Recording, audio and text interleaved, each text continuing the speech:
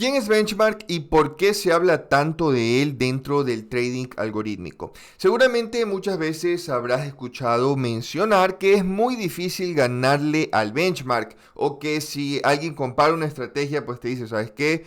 No le gana eso al benchmark, así que no sirve. Entonces nosotros nos preguntamos quién es benchmark y por qué es tan bueno. Bien, el día de hoy vamos a hablar de qué es un benchmark, que es la pregunta correcta, no quién. Por ahí alguno de ustedes me pregunta quién es benchmark. No, amigos, se trata de qué es un benchmark. Un benchmark es, podríamos decir, una referencia. Cuando hablamos de estrategias, nosotros podemos tener una referencia. Esta referencia nos permitiría responder qué tan buena o qué tan mala es la estrategia. Por excelencia, o podríamos decir que por lo general se suele utilizar como benchmark el SP500 y hacer buy and hold o comprar y sostener. ¿Qué sucede si nosotros simplemente abrimos una posición de compras en el SP500 y la sostenemos a través del tiempo?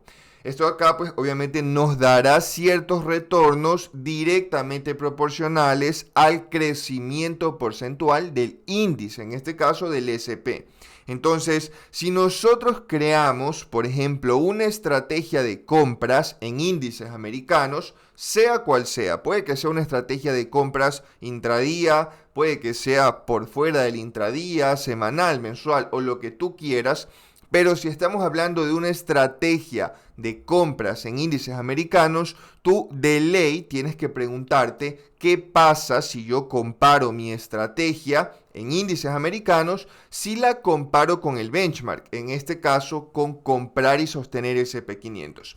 Entonces vamos a ver un ejemplo el día de hoy, vamos a comparar una estrategia de compras en índices americanos con el benchmark Buy and Hold SP y vamos a ver qué conclusiones obtenemos, ¿ok?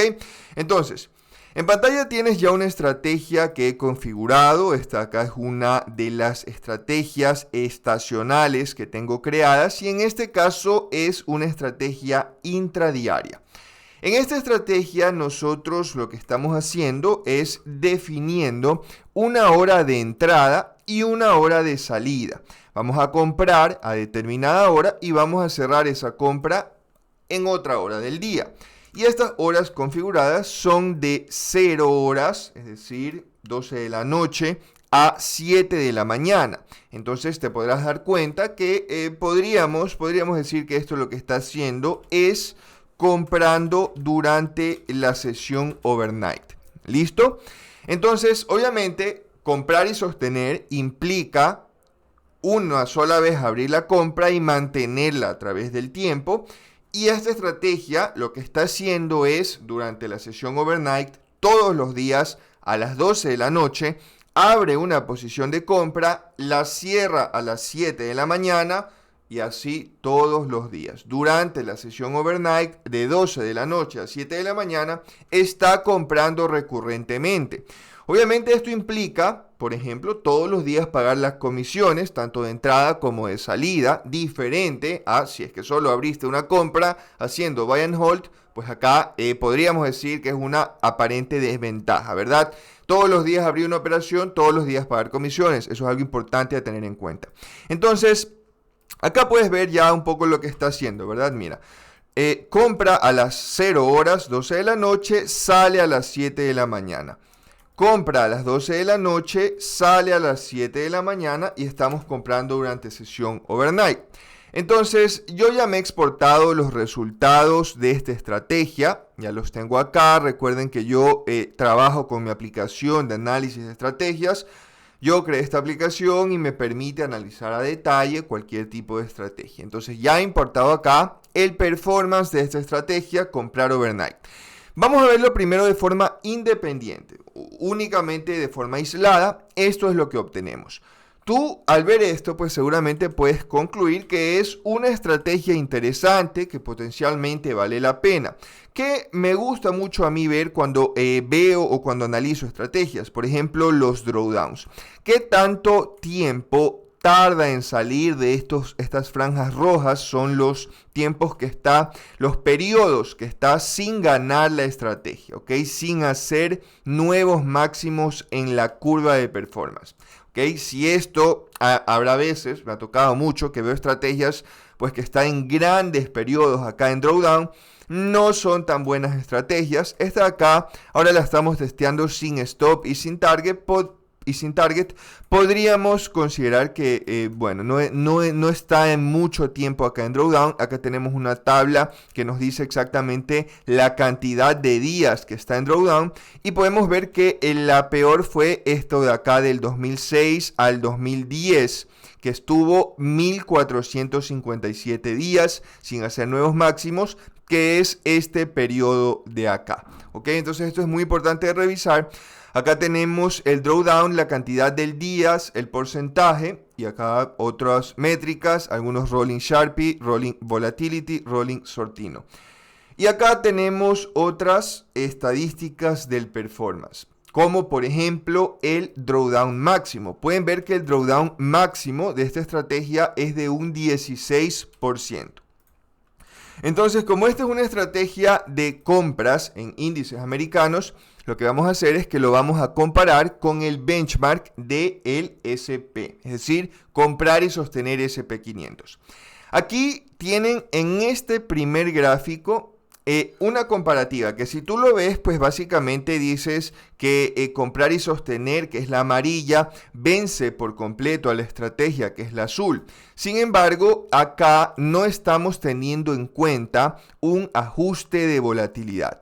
Por eso, cuando comparo con un benchmark, siempre tengo en cuenta esta segunda visualización que compara los dos performances, pero puedes ver que acá lo que hace es ajustar la volatilidad de los retornos. En algún momento estaré hablando de qué hace acá y los cálculos que se hacen para adaptar la volatilidad a ambas estrategias. Podríamos decir, en resumen, que esta es una comparación más realista, ¿ya? Porque estamos teniendo en cuenta la volatilidad de los retornos. Y acá, esta es una comparación que no tiene en cuenta la volatilidad de los retornos. Yo creo que aquí solo un par de veces me he encontrado estrategias que logran ganarle al benchmark y la comparación correcta sería esta de acá. Entonces aquí podemos ver que la estrategia pues compite un tanto a la par del performance del SP. Estos retornos amarillos que tienen acá, esto es lo que ocurre si es que simplemente compramos y sostenemos SP. Y esta curva azul es la curva de nuestra estrategia. Esto es lo que ocurre si estamos haciendo esa estrategia de compras overnight. Entonces, ¿cómo podríamos saber cuál es mejor o cuál es peor? Para al menos considerar seguir investigando o con el proceso de optimización o de pruebas de robustez de esta estrategia. Tendríamos que ver, por ejemplo, muchos piensan que lo único que importa son los retornos netos, es decir, cuánto gana, ¿verdad? Es algo obviamente crítico, cuánto gana la estrategia, pero no es lo único importante. También tenemos que saber determinar cómo pierde y cuánto pierde, qué tan buena es en perder la estrategia. Por ejemplo, podemos ver acá en la primera columna que el benchmark, es decir, Buy and Hold SP, miren que acá yo puedo comparar con, por ejemplo, el Nasdaq, con el QQQ, o puedo comparar si tengo estrategias del oro con el oro también como benchmark. Yo, dependiendo de dónde el contexto de la estrategia, del activo para el que esté creada, pues determino con qué benchmark compararlo. Como estamos hablando de una estrategia de compras en SP, pues lo comparamos con el comprar y sostener SPY. Y aquí en la primera columna pueden ver ustedes, por ejemplo, a ver, si comparamos el Sortino, es mayor el del benchmark, podríamos decir que le gana. Si comparamos el Sharpie, es mayor el del benchmark, podríamos decir que le gana. Si comparamos también ahora, por ejemplo, el Profit Factor ligeramente mayor, podríamos decir que le gana también el benchmark. Sin embargo, hay un punto crítico aquí y es este que tenemos acá, el drawdown.